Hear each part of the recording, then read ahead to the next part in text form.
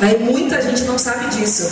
E tinha uma cozinheira, né? Não sei por que você trabalha com cobra, que coisa horrível, que bicho demoníaco. Né? Foi a cobra que expulsou Adão e Eva do paraíso. A cobra é a representação do mal. E eu sempre ouvia aquilo. Um dia, né, eu acordei, eu falei, sabe esse remédio que você toma? É a base do veneno de cobra. Você fala todo dia das cobras, mas as cobras estão lhe salvando a vida. Ela só voltou a ter um ataque, porque ela disse que ela estava tomando veneno de cobra. Quer dizer, eu me arrependi terrivelmente, nunca mais eu faço isso.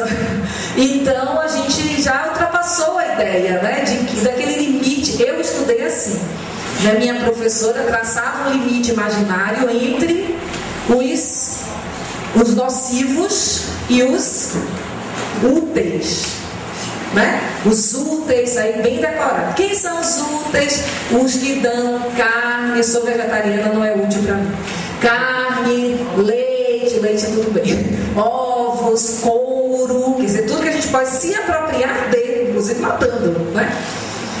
E os nocivos? Os nocivos são quem? As baratas, as cobras, as aranhas, os escorpiões, os sapos, que só estão aí para acabar, né? Enfim, para transmitir doença, para envenenar. Então essa a gente trabalha muito acabando. Vocês aprenderam assim também ou foi só eu? Meus filhos são assim. Pois é. Imagina, traça a linha imaginária como se na natureza existisse isso. Não existe. Todos os organismos evoluíram, né?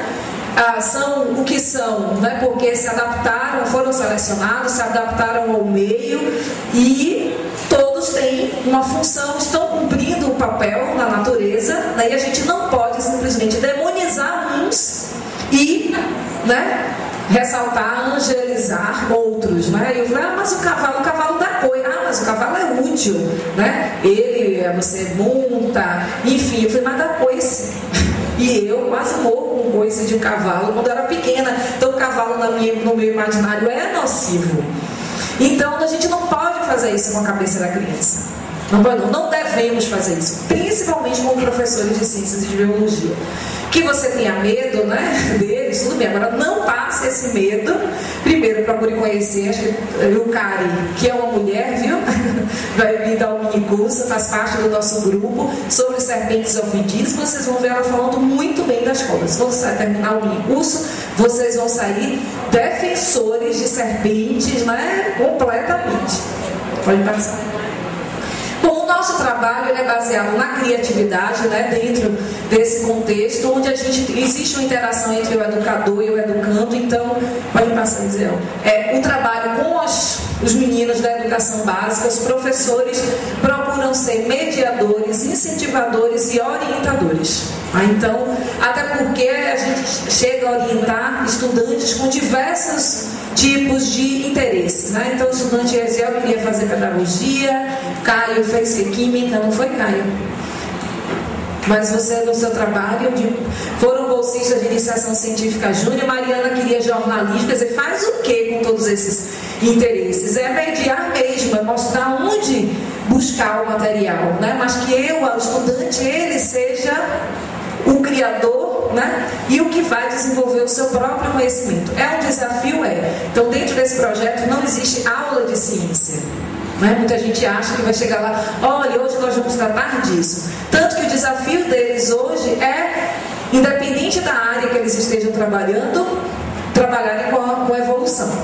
O que tem sido uma coisa bastante interessante, porque tem saído relações muito legais, né? Que eles mesmos estão fazendo. Pode passar.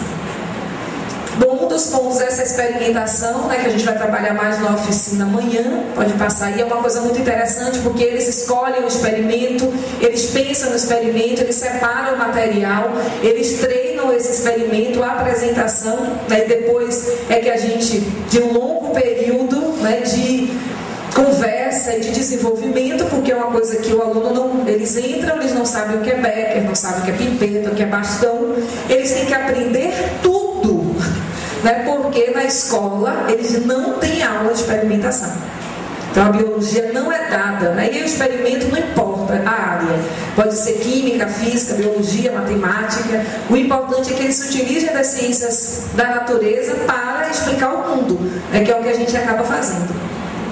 E aí a gente traz, sempre está associado ao nosso projeto, não viemos com isso hoje, mas está, que foi o que vocês viram no vídeo, que é o Gabinete de Curiosidades Científicas, onde o estudante traz aquilo que ele produziu, né? E é sempre coisas interessantes. Por exemplo, a gente tem que a gente trouxe para a oficina amanhã, extração de DNA de banana. Esse a gente foi uma aluna que fez, porque eu fazia de morango, de cebola, e aí a gente testou. E eu falei, me explique aí como ela ficou se sentindo super, né? E que é uma coisa interessante, porque você dá o estudante, ele desenvolve uma autonomia, né? Isso é muito importante para que ele possa se enxergar mesmo como cidadão, né? Não ser um agente passivo, simplesmente sentar e o professor falar e depois fazer uma prova. No nosso projeto eles não passam nem perdem de ano e também não tem prova, né? Então é tudo em função da capacidade que eles têm de produzir esse conhecimento. E o outro ponto do nosso projeto é a ciência lúdica, né, que a gente tem, agora foi aprovado pela FAPESP, mas no ano passado a gente trabalhou todo com a produção de jogos, que é o que a gente trouxe aqui. Desafio vocês aí na sala jogar. E é uma coisa que é muito interessante. Hoje a gente recebeu crianças e eles estavam se amontoando na porta da sala para entrar para jogar. Alguns de vocês passaram pela porta, ficaram ali, e a gente já entra para jogar? Não, vou ficar daqui só olhando. Então o que acontece? O jogo, que é uma ferramenta extremamente interessante, né, desde Comenius, que é utilizado, né, como algo que desenvolve a criança, não só a sua parte cognitiva, mas a sua parte relacional, que tem que aprender a perder, né?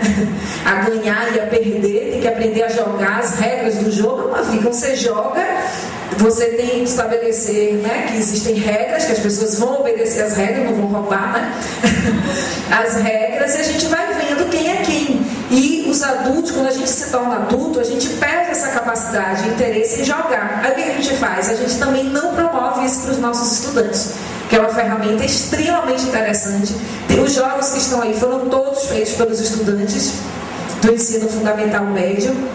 Na disciplina que eu ministro, na pós-graduação de ensino de ciências da UFA, que é para o mestrado e doutorado, eu peço para os meus alunos de mestrado e doutorado fazerem jogos, e eles começam a teorizar sobre os jogos, e tem uma dificuldade em fazer que as crianças e os adolescentes já não têm. Então a gente acaba perdendo esse gosto pela ludicidade, por aprender, né? A gente acha que é só aprender dói, mas não é só assim que a gente aprende. Existem ferramentas como os jogos. Então eu desafio vocês, tem um jogo de genética, biotech, né, que é bastante interessante e que tem que ter algum conhecimento, tem que ter pelo menos ter feito, né, genética para fazer. Pode passar. Bom, então a ação educativa que nós estamos promovendo, né, agora inclui os jogos educativos. Isso aí está no nosso site, que tá ali o site www.cienciaartemagia.ufra.br. Nesse site tem uma série de vídeos, né, que também os meninos fazem em parceria com a professora Simone Bortoliano da Faculdade de Comunicação. Quando a gente pensou na ação educativa, a gente pensou o seguinte: vamos fazer jogos, vamos fazer peças, né, vamos fazer experimentos voltados para o tema evolução. E eu sempre digo, a gente sabe como começa, mas a gente não sabe como termina. Então a ideia era fazer teatro de fantoche, porque a gente já faz teatro de fantoche com a zoologia, né, com as cobras, com as aranhas e escorpiões. Mas aí faltou dinheiro para o teatro de fantoche. Aí pensamos, não, vamos fazer com a gente mesmo, né? Com a gente não, com eles. E aí foi o desafio, né? Esse não pode deixar que eu faça. E aí ele foi fazendo a peça, foi compondo, o Caio foi ajudando também. Né, isso é passado para o Charbel, que participa do projeto com a gente, porque Caio, ele anda meio tímido na peça, né? Porque ele andava exagerando, né? Caio quase falou que Emma foi responsável pela bomba atômica. Mas, claro, que para o público de vocês é uma coisa bastante lúdica e a gente dá risada, mas criança acredita que Emma, depois sai achando que Emma construiu a bomba atômica.